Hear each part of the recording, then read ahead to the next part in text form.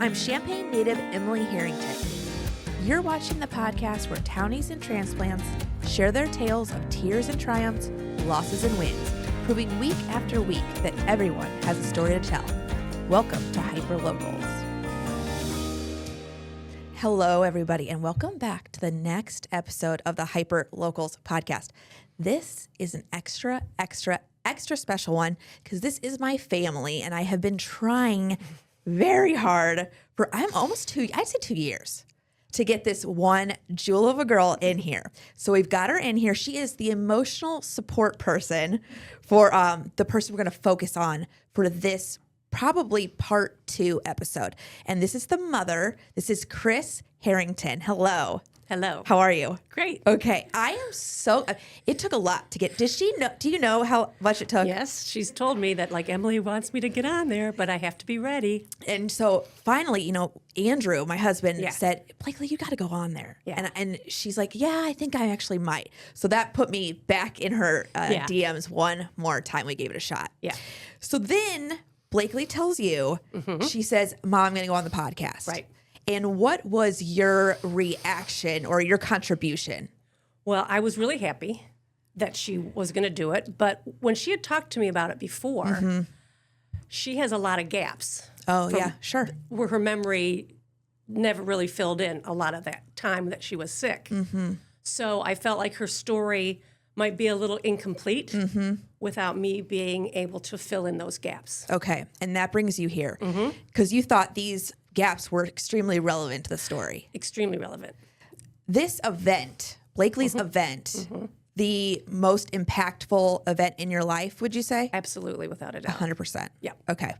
And she was, usually these things happen when you're a child or a bit much older, but this happened in the prime of her life. Perfectly healthy 32-year-old woman. Okay. Which makes it so unusual and so shocking. Shocking. For everyone in our family. And I also asked Blakely, I said, do you talk about this amongst the family? Is it like before Blakely got sick and everything is before and after?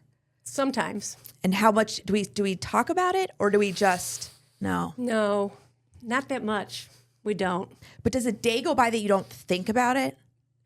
Sometimes now. Sometimes now. But certainly a day didn't go by when she walked in the door and I didn't, think there she is. Yeah. Yeah. Or she has a special ring on my phone. Oh, sure. And the first time that I heard that ring after she recovered, I was like, oh my gosh, she's calling me. Oh, yeah, okay. Because she didn't know how to use a phone for a long time. Jeez. I mean, this is a miracle. She's a miracle on so many levels. Oh my gosh. So I just feel like this is very special for me that I get this opportunity. And I want to thank you for wanting to be a part of it. Sure. I really, really, really do. Okay, so let's talk about the first 3 years ago. Where did Blakely start to decline or hospital visits or what do you remember about that time? Well, it was December 24th, Christmas Eve of 22. She had been saying for a week that her stomach hurt. Okay. She's like, I don't feel good. I just don't feel good. And we thought maybe, we didn't know what it was, but we certainly weren't like, she's got a stomach ache. Yeah. Had some, we got her for Gas X and things like that. But kept in touch, and she's like, I'm not getting any better. And then on December 24th. So Christmas Eve day. Oh, God. She's like, I can't bend my fingers. Everything's tingly, and we're going to convenient care. Her and her fiance at the time. Yeah, okay. Christian, her fiance. I went to convenient care, and the doctors are like, you need to go to the emergency room. Really? So the symptoms she was having indicated something much worse. Yep. Okay. So they get her into the emergency room, and they do a scan, and her pancreas is so enlarged. Okay. Super enlarged. And her triglycerides were over 3,000. Do you know what normal is? 200? For someone my age with no health. About 100, 150. Okay. 3,000 is off the charts. Off the charts. Okay. Yeah. And that was why that was tied into the pancreatitis. We didn't know at the time, but at the time, we were thinking, oh, that maybe maybe a gallstone. Sure. Or pancreatitis. Once they told us pancreatitis, we were like, oh, gosh, that's going to be rough. She probably won't be home for Christmas. I mean, we were like so clueless, Emily. Right. Yeah. I have in my notes that we thought she would need 24 to 48 hours of hospital care. Okay. And then we'd get her home. Okay. So you'd have her by 26. Yeah. Yeah. Like, for sure. Yeah. 100% by New Year's. Right. Okay. So is she going to have to stay in the hospital overnight? Oh, yeah. Okay. Yeah. We didn't realize how, I had a doctor friend that was there when I got the phone call that it was pancreatitis and she was being admitted. Okay. And my friend said, I didn't have the heart to tell you what you were facing. Really? What is pancreatitis? Can you explain it? Well, not really. It's just the pancreas is a very important organ that filters a lot of toxins. It's Okay. very much tied into your liver, to your kidneys. But when your levels of your triglycerides throw it off, it's very dangerous. Okay. And unfortunately, the kind of pancreatitis that hers turned into over time, which is a long story, but she continued to get worse instead of better. Sure. It was the necrotizing pancreatitis, which means everything is now infected. Oh gosh. So Okay. her whole belly is now infected. But also it's starting to affect her other organs. Okay. So if the other organs start to shut down, it's over. So her whole body's kind of going toxic. Plus while in the hospital, because she's getting poked 100 times Sure. a day. She was a purple pincushion. She can't eat. There's no food. She's on super high pain meds because it's very painful. So she's like really out of it, and Okay. we're freaking out because we can see her getting worse and not better. Then she gets a blood infection Okay. in the hospital. Okay. So adding to the So complications. now she's going up from a regular room. Now they're taking her up to a more critical care room because if she goes septic, Okay. so things were just getting worse. On your side of the hospital, so Blakely's now in the hospital with her fiance. Christmas is going. Christmas. Is over. Okay. We missed Did Christmas. you celebrate? What did that look like for you guys? Well, she wasn't that bad on Christmas Day. Okay. So we did a FaceTime Christmas. Gosh. But that was, and we opened some presents on FaceTime, but Okay. she, You guys were there every day. It's Yeah. not like yeah, you were there all the time. she was never alone. Her either Christian, me, Tim, her brother, Bailey, her sister-in-law, somebody slept in her room every night. Every night, which turned out to be quite the stint in the hospital. She was in between Carl and Northwestern in Chicago. She was in the hospital 47 nights. Wow. And you thought we were going to be in and out. Okay. Okay. So Christmas passes, and instead of getting better under the watch of hospital, she gets worse. She's getting worse. She's still not eating. She's still on a lot of pain meds. And it's just, now her birthday's January 10th. Okay. So, she was getting a little bit better, but then she would have something else happen. Like we were supposed to go home January 5th, and then some tests came back, and her levels were bad, and they thought it was another infection. So she stayed longer. That was a real setback for her because mentally we were packed up. We were ready to go home, and at the last minute, they said, "You're not going home," and I could just see her, like mentally, just go really down. Deflate. So then you're dealing with mental, physical. Is she fighting anymore? So we didn't have many victories.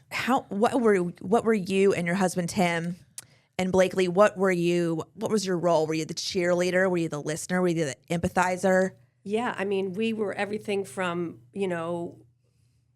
anything that would make her feel better. She had a lotion that she liked. If we rubbed her feet.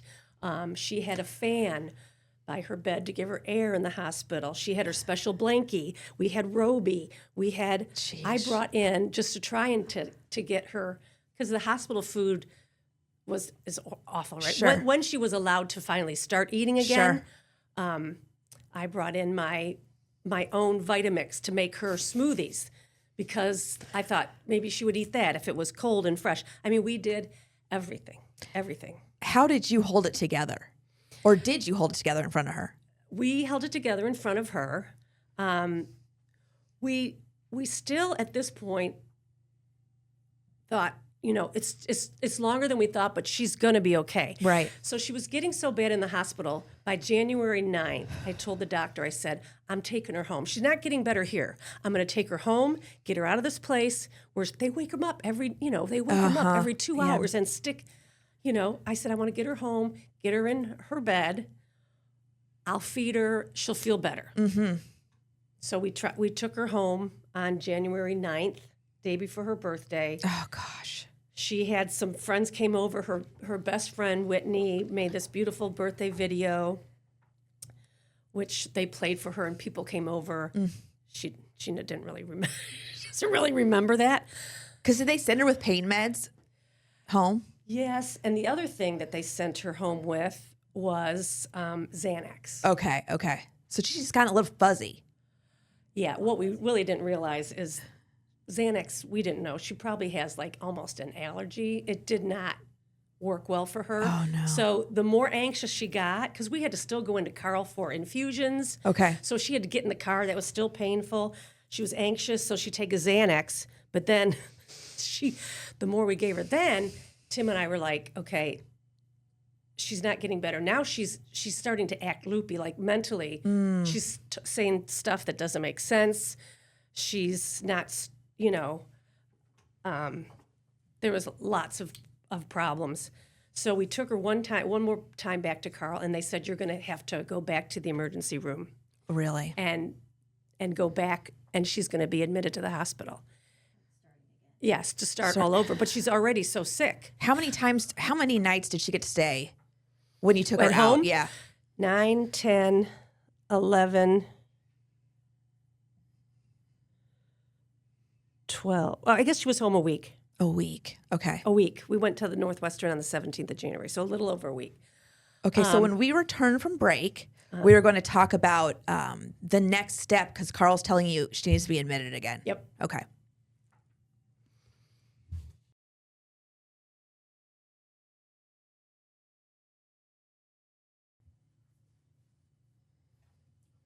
Okay, so at this point, you've taken Blakely back to your home to get her better. We're gonna try a few days of my comfort, my food, my care, and it just doesn't get better. It gets worse. Worse. Carl says go to the ER, and then they say she's gonna have to be readmitted and start again. Yep. And you say what? That's not happening. No, I looked at Tim. I said, we're putting her in the car. We're going to Northwestern. We put her in the car and drove to Chicago. Really? Yeah. We grabbed a few things. I was in the back with her, and Tim's driving, and all of a sudden she's now, like, she's not even forming sentences. She's not really even speaking English. It's like gibberish. Like, Tim and I are he's in the rear view, looking at me in the rearview mirror, and I'm like freaking out because she's like losing it mentally now. So now you're thinking, before you thought she'll be home, we'll get her better. Now you're starting to think. Now we need to save her life. Really? Yeah. Okay. Absolutely. So at Northwestern, do you literally pull up to the emergency room? Yeah. Really? Even though we had, people that knew people at Northwestern, they're like, there's no beds. We can't get you in. Everybody now has to enter pretty much, if you're not already an established patient, which she wasn't, Sure. through the emergency room department. So we sat with her in a wheelchair in La La Land for 3.5 hours. Oh my God. Before she saw a doctor. They got her examined. The doctor comes out to Tim and I, and he said, your daughter is in critical condition. No. And that was shocking to hear. It kind of was. I mean, we knew she was getting worse, but they're like, your daughter's in critical condition. She's very sick. So the decision to go to Northwestern and go to the emergency room was getting her within the confines of Northwestern's care. To a better hospital, let's be honest. They have more specialists. Sure. It's a teaching hospital, and it's just the level of doctors and procedures that they can do just aren't available here. But there was no making an appointment. There was no you time can't. for that. No. Yeah. No, she was critical. And so from then, do we go to ICU? From then, well, there is still not a bed available. So we get put in this like temporary kind of holding room. And that was probably the worst night of my life. Really? Well, other than after she went down. But she was so out of it. And she would have an IV in and she'd start to try and take it out. She said, she was going to go home. And I just laid with her all night in that little bed just to try and keep her restrained. Yeah. She was so agitated and so out of it. And there was so many doctors, coming in. Really, a big part of that night was neurology. They were trying to figure out what was going on in her brain, let alone. Yeah. Like one of the thoughts was that she had so much toxicity in her body that it actually was affecting her brain. Sure. Which is what freaked you out the most. Yeah. Yeah. When she couldn't communicate normally. Right. How were you dealing with Richard, Bailey, Christian, all your girlfriends? Yeah. How did that?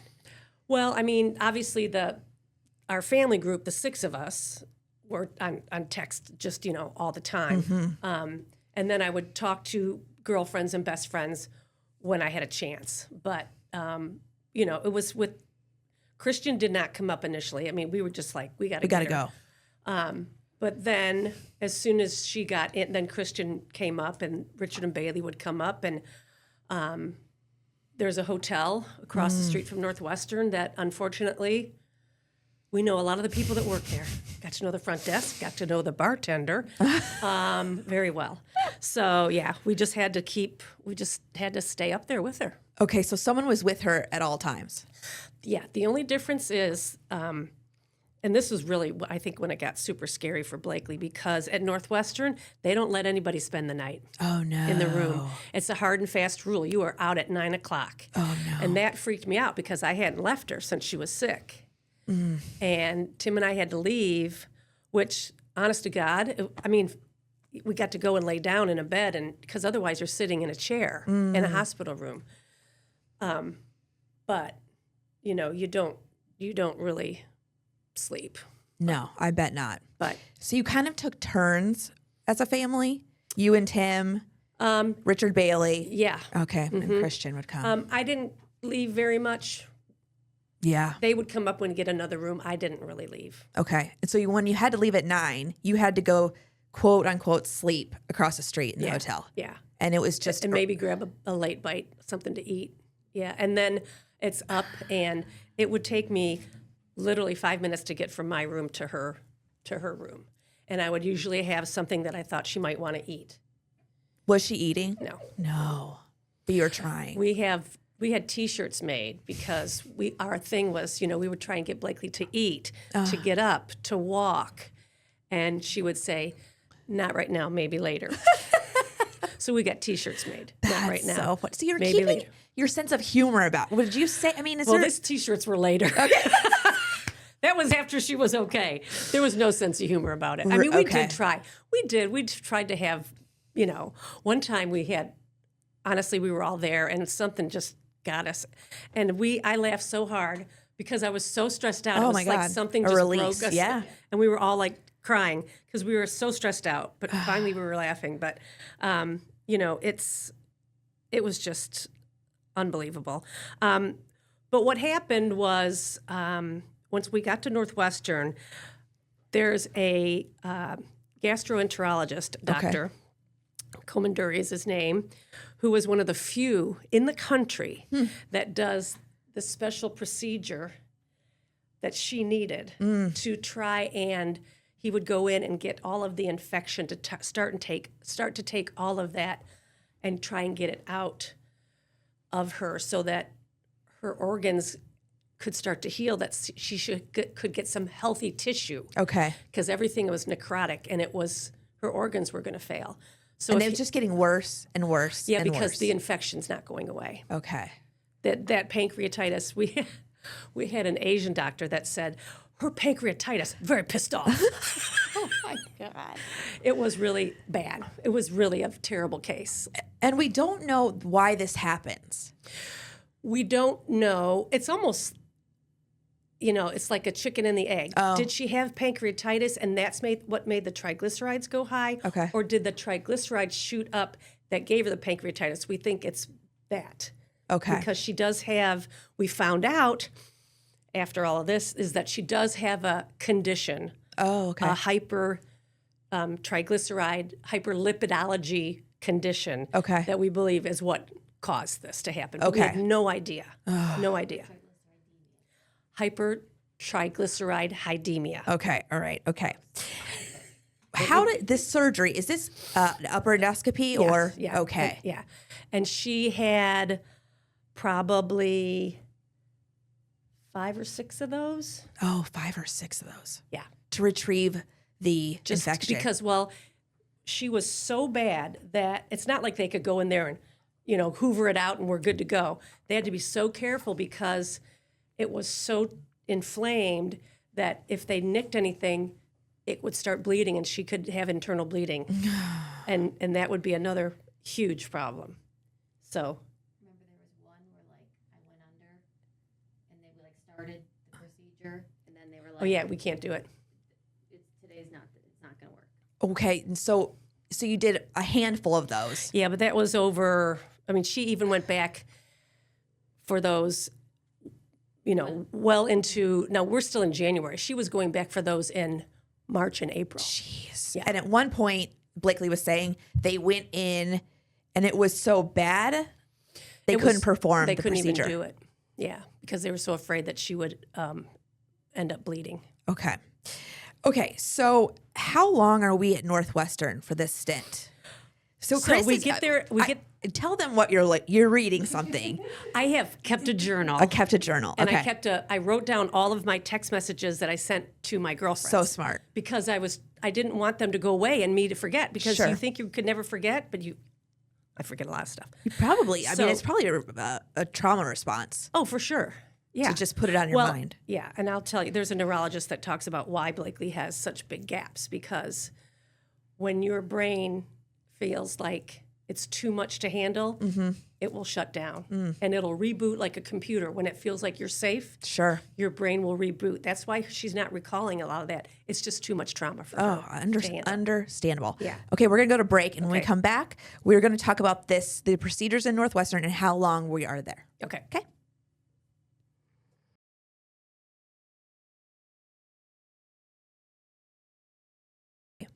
We are back. Okay, we're at Northwestern.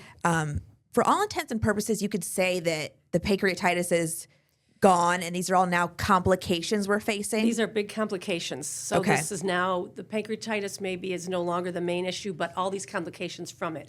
There's a huge necrotic pseudocyst, and there's all this other infection in her tummy, in her belly. And we're just trying to clear it up. We've got to try and clear it out. So she has a procedure, and it goes very well. Okay.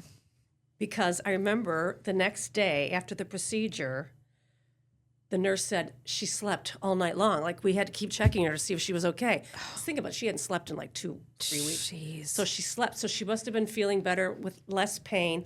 And I woke and I walked into her room and she's sitting up looking out the window. I thought, what the heck is going on?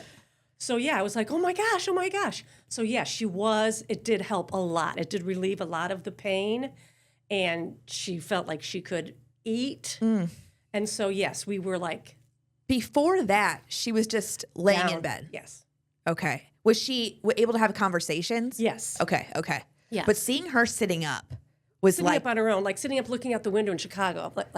And I walked in, she's like, hi. I'm like, who's this? oh my yeah, so it was crazy. So we were so thrilled Yes. and excited. Yes. And so that was the 19th of January. Okay. And on the 20th, they said she can go. Oh She can go my home. God. But keep in mind, she hadn't eaten now. It's the 20th, so she hadn't really eaten very much food since December 24th. Okay. So she is malnourished, Frail, right? yeah. So she's taking a lot of her IVs that she's receiving, and they're very painful, is potassium and magnesium. Okay. Potassium is very important. It burns going in, so it's not fun. And it's bitter if you take it orally. It's very awful. But anyway, she was getting potassium and magnesium all the time because otherwise your electrolytes are going to go kaflooey. Sure. Well, the doctor at Northwestern said, okay, Blakely, you need to go home, you need to eat, and you need to walk. Don't be a wimp. Let's go, Blakely. Off you go. You're all better now. Yep. You just need to put your mind to it. Sure. You need to decide you're not going to be sick anymore, Blakely. Oh my God. You need to eat and walk. Okay. See ya. Bye. But she's still really weak. Like, we get her home. I'm like, okay, here we go. I mean, she still was not like 100% by any means. No. Okay. Not at all. Is she going home to your care? Now she wants to go home, but she says, I want to go to my house. She wants to go to her house. Okay. She said, I want to go to my house. I want to feel normal. I want to get better. Right. So we take her to her house. This is now January 21st. And we get her and Christian dinner. Well, she wasn't going to really eat dinner, but we got them something that she might eat. Again, she's still not eating very much. And Bailey and Richard and Tim and I go back to our house, and Christian's at his house. And we get a call from Christian that Blakely is not responsive, and she's on the ground, and the EMT, and he's called 911. So you were the second call to 911.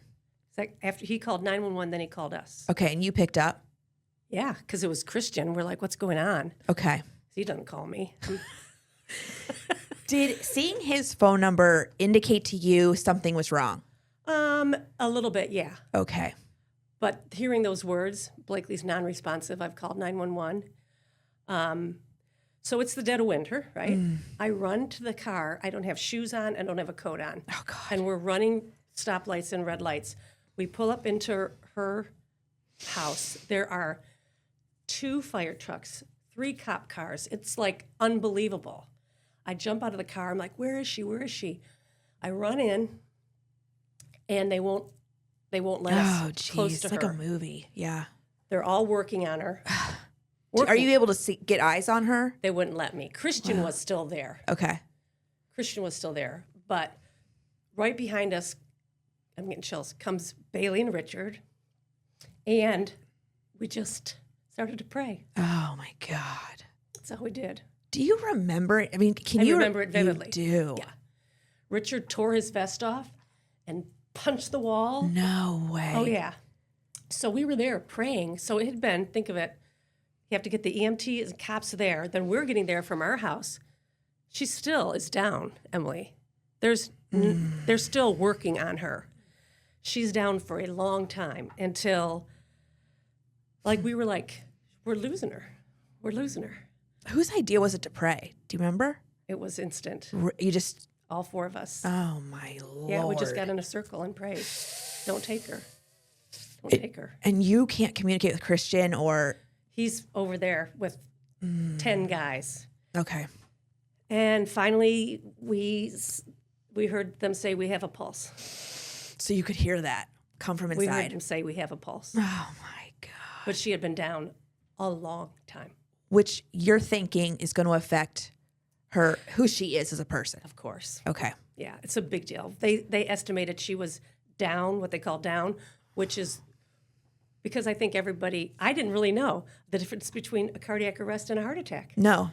Can you explain it now? Heart attack, yeah. Heart attack is plumbing. That's blood flow. Okay. So when you have a heart attack, you're still getting oxygen to your brain. Cardiac arrest is electrical. The minute it happens, the electricity is cut off to your brain. There's no oxygen. You have so little time to survive.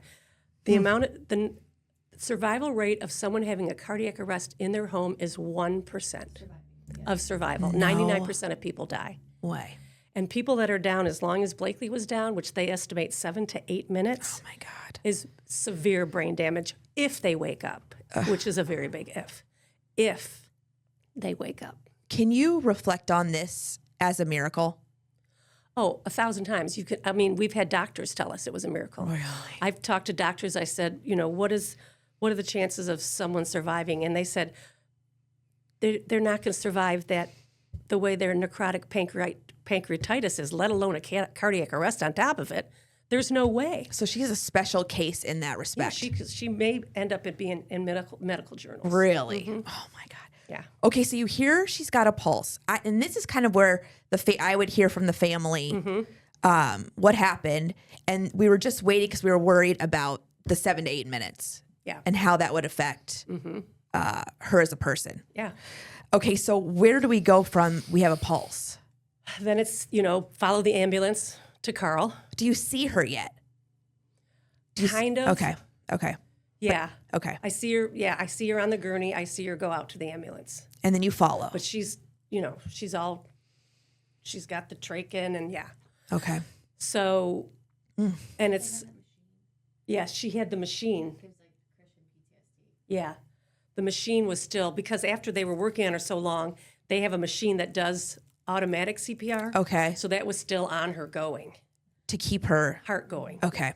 And to keep oxygen, to try and make sure she was getting at that point oxygen. Okay. But, it's that nightmare when you're in the emergency room and the doctors come and they pull you over into that other room, the private family room. And basically the doctor, and Christian's mom was there with us as well. So Christian had his mom, Barb, there. And then it was Tim and I and Bailey and Richard. And they showed us x-rays of her brain. They explained that there was, she was having seizures, which is a very bad sign. She was also, her hands were pronating, which is also a sign of brain damage. She was doing all of that. And the doctor very calmly told us, if she wakes up, she may learn to walk again. Wow. That's what we were told that night. Wow. So how do you respond to that? Do you You're remember? in shock. Okay. You're in shock. And then they let us go see her. And she's in the room, and she's got the life support. She's on life support. And I walk in and I see her like that, and a nurse literally caught me. No. Because my legs gave out. Yeah. So this is your worst nightmare realized. Yeah, it's right unbelievable. It's unbelievable. Then. A nurse caught you. I couldn't, I saw her there and my legs went out and she caught me and put me in a chair. And, Tim was up rubbing her head and we were saying goodbye. Yeah. So this was as bad as it got. This was pretty bad. This was as bad as it got. Northwestern was a cakewalk compared to where we are. Oh yeah, we're Okay. When we come back, we're going to pick up with the worst moment of your life and hopefully we're on an upward path soon.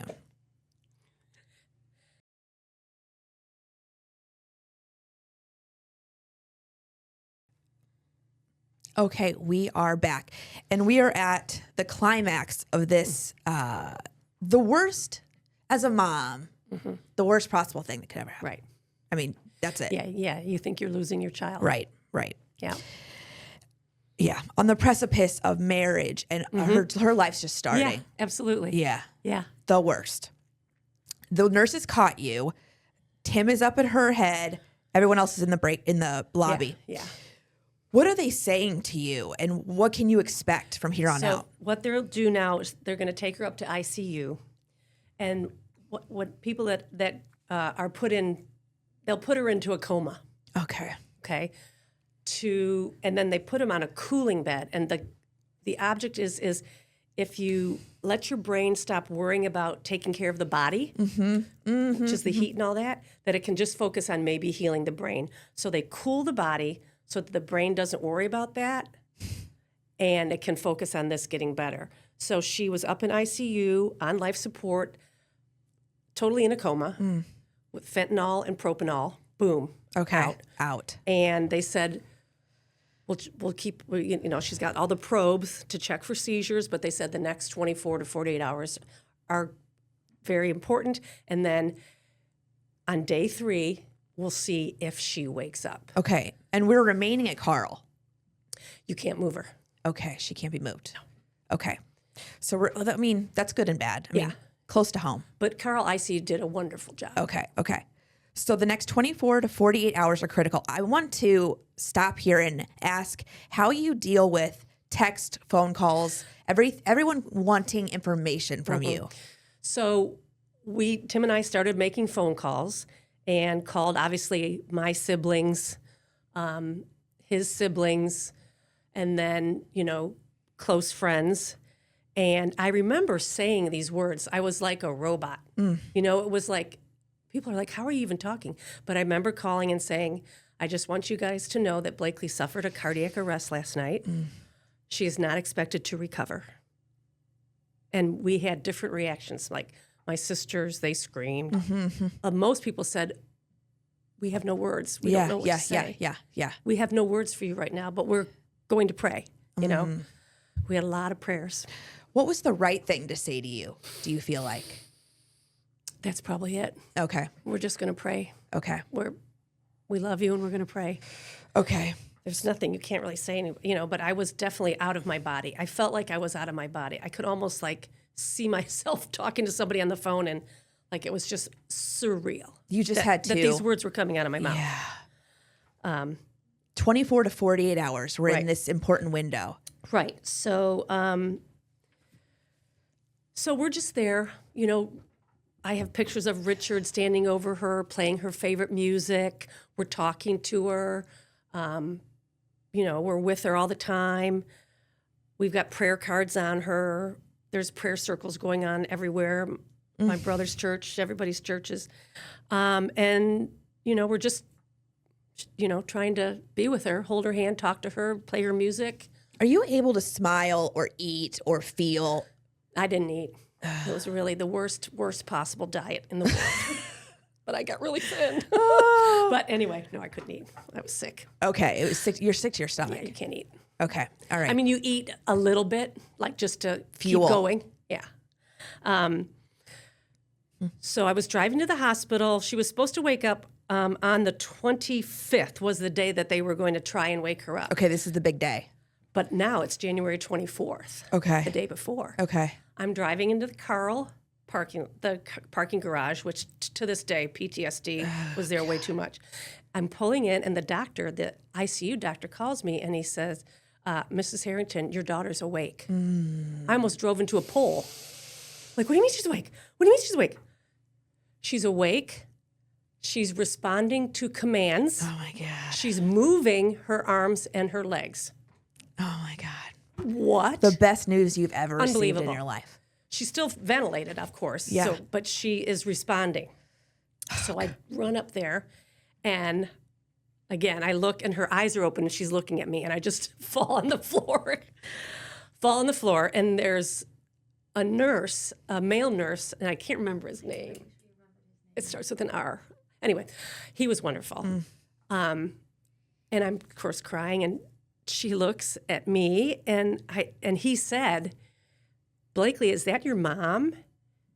And she nodded, and then she winked at me. And the nurse looks at me and goes, this does not happen. He said, I have not even turned down the fentanyl or the propanol. Your daughter just woke up out of complete solid general anesthesia. That's how much she wants to come back to you. Unreal. Unbelievable. So it was like it's like being anesthetized for a surgery. And she woke You're under. And she woke up. She just woke up. What is this a God thing? I mean, what do you attribute this to? I think I'll tell you. Okay, so that was 8:30 in the morning on the 24th. By 11:30, the doctors were, there was doctors coming up from the emergency room like, oh my God, they're like, we this is heard a medical she woke miracle. up. What? By 11:30, her breathing was strong enough they could take out the ventilator, which was really scary because I thought, what if she doesn't breathe? But she did. And she couldn't talk because she'd had that in, your throat is trashed. But she was still whispering, and I had my phone over her like this, and by that time I think Richard he ran over and Dad was on his way. But anyway, she grabs my phone and she starts going like this, like banging on it. But she doesn't really know how to use the phone, but she knows that it's a phone. And I said, oh, sweetie, what are you doing? And she said, I'm calling Papa. Papa's my dad. God. Very close to her. He'd been gone about 5 years, died about 5 years ago. She said, I'm calling Papa. And I said, oh, sweetie. I said, Papa's not here anymore. But he's been praying for you, but he's not here. he's up in heaven. And she said, no, he's not. I was just with him. He was holding my hand. Yeah. Oh my God. Right? Yeah. Like the greatest moment of your life.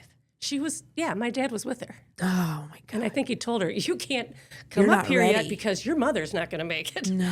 So I think he told her to, not yet. Not yet. And she continued in the next days. She talked about my dad all the time. And we'll talk to Blakely because I have a lot of questions, but I do want to know, do you remember that? Do you? No. I mean, okay, do I remember saying that to her? No. Do I remember, like, being with him? Yeah. Yes. Wow.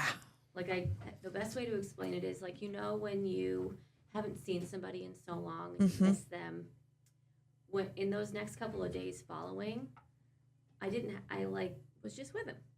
Like, I didn't have... It was that clear. Yeah, like, I was just with him. I think I might have a screenshot somewhere, but I tried to call their home... Like, I was just with them. I tried to call their landline number. And I have a video of you listening to... She had my dad's voice on tape, Like, and she was- kept listening it was to my dad's very voice. strong to me, and I'm pretty sure, correct me if I'm wrong, but when I first was kind of in those initial hours or maybe days, again, that kind of stuff doesn't... But someone, your name is, and I said, Blakely, and you live, and I was like, Michigan, Trenton, Yeah. where my papa is. They come in every day in the hospital. They're Do you know like, what where day you it live? is? Do you know where you are? Do you know where you live? And she would say, yes, Trenton, Michigan. So she put herself there. She was Yeah, I was there with there. she was there. She was very much there. If you don't believe in an afterlife or God or heaven, Well, I've told this story to people, and they're like, thank you. You just renewed my faith. I mean, And I've told people, I've been, unfortunately, with people that were passing, and I've said, they're waiting for you. Yeah. Don't be afraid. yeah. They're waiting for you. Yeah. Just go. And they are. They are. But Blakely, it wasn't her time. Wasn't her time.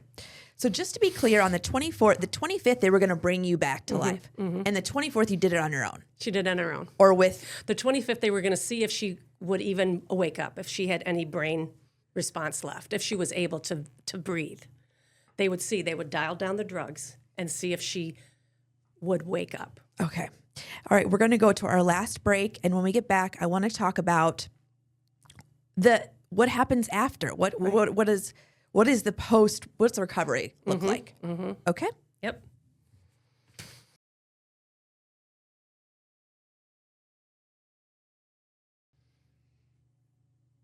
Okay. Blakely has woken up, and it is a miracle. Where do we go in terms of recovery from January 25th? Right. So, first of all, the Northwestern doctor that sent her home without her magnesium and potassium, that's what caused the cardiac arrest, by the way, Okay. was electrolyte malfunction, electrolyte dysmorphia. So if you don't have potassium, if your electrolytes are off, that will cause a cardiac arrest. That's what happened to her. He should have sent her home to get an infusion back at Carl, or at least take the pills. Were you able to deduce that on your own, or someone Well, yeah, they pretty much said, they messed up? believe Okay. me. So Northwestern wanted her back. Knowing Kris, I'm sure they heard about it.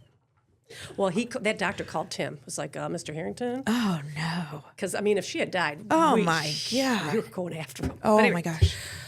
So we had to wait for a bed. So she's up in Carl. She stays at Carl. They get her out of ICU, but she's still just kind of coming back to us. Sure. She doesn't know what day it is. She doesn't remember people coming to visit her, but she's doing okay. But she needs to get back because she still has this whole condition. So even though she survived the cardiac arrest, she still has to get rid of this situation. They did the drains? No. Okay. So anyway, we're waiting for a bed. 3 days later, Blakely and I go by ambulance from Champaign back up to Northwestern, Okay. where she gets back established with the same doctor that was doing her scopes. He's back with her and needs to go and do some more of those procedures, but also immediately they need to get drains in there to start letting that stuff come out. Because the original problem hasn't even been solved. No. God. No. Jeez. And they couldn't really address it while she was down with the cardiac arrest, so it probably got worse again. So when she got back up there, they were like, we have to put her into, put drains in because her organs are going to shut down. There's too much fluid. So you're not safe yet? No. Okay. No, we're Okay. still not safe. Yeah. We're still not safe. And keep in mind now we're getting into February. So she goes, Blakely's so cute. Like she will go into these procedures, and she had her beautiful engagement ring on, and the nurses are so sweet. Oh, that's such a pretty ring, honey. When you get married? Now, granted, this girl's in terrible shape, right? God. They see the drains, and she's just had a cardiac arrest. She's like, I'm getting married June 9th? June 9th? And you can see these nurses go, she's not getting married June 9th. That was the original wedding date? Yeah. Oh, yeah. gosh. Okay. Or was it June 10th? It was Yeah, June 10th. Anyway, so Is her personality coming back? Are you seeing glimpses? Not yet. Okay. Not yet. Okay. I mean, she would have her giggles and, but not quite yet. Okay. Not quite yet. So anyway, we're just back at Northwestern, and it's just a day by day of trying to get her levels right, trying to get her drains in, trying to get her healing. But it's a long procedure. I mean, this takes, this takes a while. When do we get home from that? She was she was hospitalized for how many nights? How many days? Total? Yeah. 47. 47. On and off. Okay. On and With off. breaks. Sure. Okay. But- Okay. like I'm walking very slow February 3rd, Yeah. but like up and walking. Like I have video of like ambulance ride Yeah. Oh, wow. on the 27th. So I think we're up there a lot of most of February. And then then she comes home, and then we're going up and back Okay. for him to do, she'd have to check back into the hospital. She'd have to stay. One time we'd think we're going up for a day, and then something would happen. She got COVID. So there's 4 or 5 days. So Yeah. then think of it. So she has to fast before her procedures. But now that she has COVID, her procedure's the last one at the day because they have to clean the room after her. But she can't, so she's trying to eat. She's trying to gain weight. She's trying to get strong. But she has to fast all day. Oh, God. I mean, it was like this crazy vicious Cycle you circle. couldn't check. Yeah. Yeah. So, When But- do you feel like she's going to be okay? Are you still Probably- worried? I mean, are you still worried? She started to come back and be more herself, like in March. Okay, in spring. And she was but we had to keep track of every single thing that went in her mouth, every gram of protein, every calorie, because we had to try to get her to 1,000 calories A day? a day. And a lot of times we didn't make it. Yeah, sure. Jeez. Really? I had a whiteboard in the kitchen, calories, protein grams, exercise, drains, this. So is she walking. living with you to She did come back to heal up? to us. Okay, Yeah. okay. Yeah. So she would get up every morning and she'd have a thing of pills to take. She would have her Bible and her Jesus calling book. That's how she started every day. And she was just try and get better. She just kept working and trying to get better and then continue to go up to Northwestern. And little by little, now they started showing us her MRIs where we could see she was improving. It was working. So you finally the necrosis was going away. The healthy tissue was coming back. But she had those drains in and had those procedures until the end of April. End of April. So this was very slow. Very slow. From that to really get her better was February, March, April. The whole spring. Yep. So she eventually goes back to normal life. Right. We had to, though. She did have the June wedding, and Christian and Blakely and her Christian's mom, and they said, we just can't do it. She's not strong enough to have the big wedding. Sure. She couldn't do it. There's no way. Yeah. So we decided, but they didn't want their date to pass. So we decided to do a wedding at the church, family only, and then we did a dinner in our backyard. Okay, on that original On the date. original date. Oh, that's nice. Yeah, and her original dress. Oh my God. She's swimming in it. Was swimming in it. We had to go get another dress, which was like teeny tiny dress.